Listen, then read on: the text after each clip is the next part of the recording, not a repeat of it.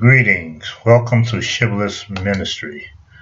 Acts 8:27. And he arose and went, and behold, a man of Ethiopia, a eunuch of great authority under Candace, queen of the Ethiopians, who had the charge of all her treasure, and had come to Jerusalem for to worship.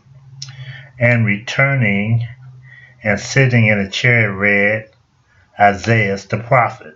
Acts 8:30. And Philip ran hither to him, and heard him read the prophet Isaiah, and said, Understandest thou what thou readest?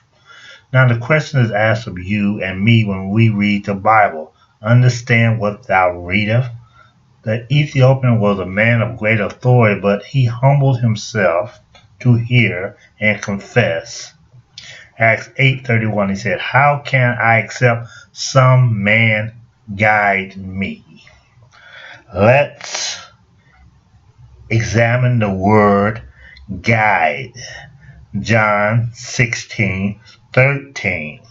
Howbeit, when the Spirit of truth is come, he will guide you unto all truth, for he shall not speak of himself, but whatever so he shall hear, that shall he speak, and he shall show you things to come. Philip in Acts 8:30 represents the Spirit of truth, a guide because the Ethiopian could hear spiritually.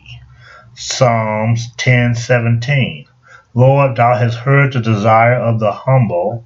Thou wilt prepare their hearts.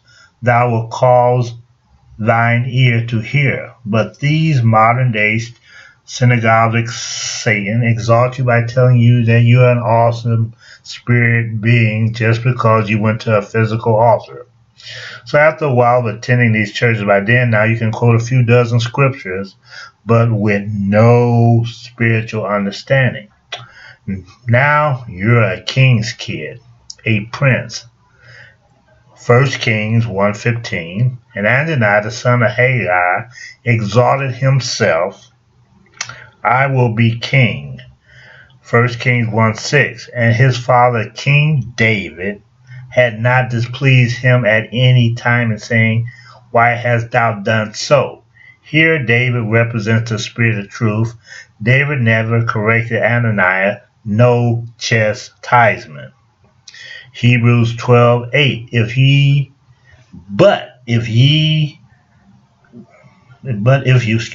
you without chastisement where all are partakers, then ye are bastards and not sons. Any earthly father chastens his child, and this God's word will chasten us if we allow it. Hebrews 10:12. For verily for a few days chasten us after their own pleasure, for our profit, that we might be partaker of holiness.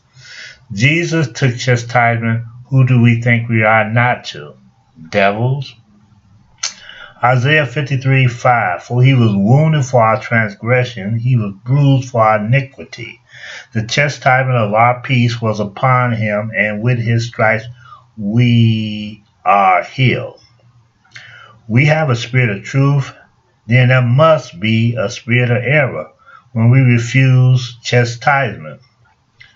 Now the spirit of error. 1 John 4:6. For we are of God, he that knoweth God heareth us, but that he that is not of God heareth not us. Hereby we know the spirit of truth and the spirit of error. The Ethiopian knew he needed spiritual guide, not the blind spiritual guide or so-called spiritual guide pastors of today who claim they see spiritually. Matthew 15:14. Let them alone. They be blind leaders of the blind. If the blind lead the blind, they both fall into a ditch.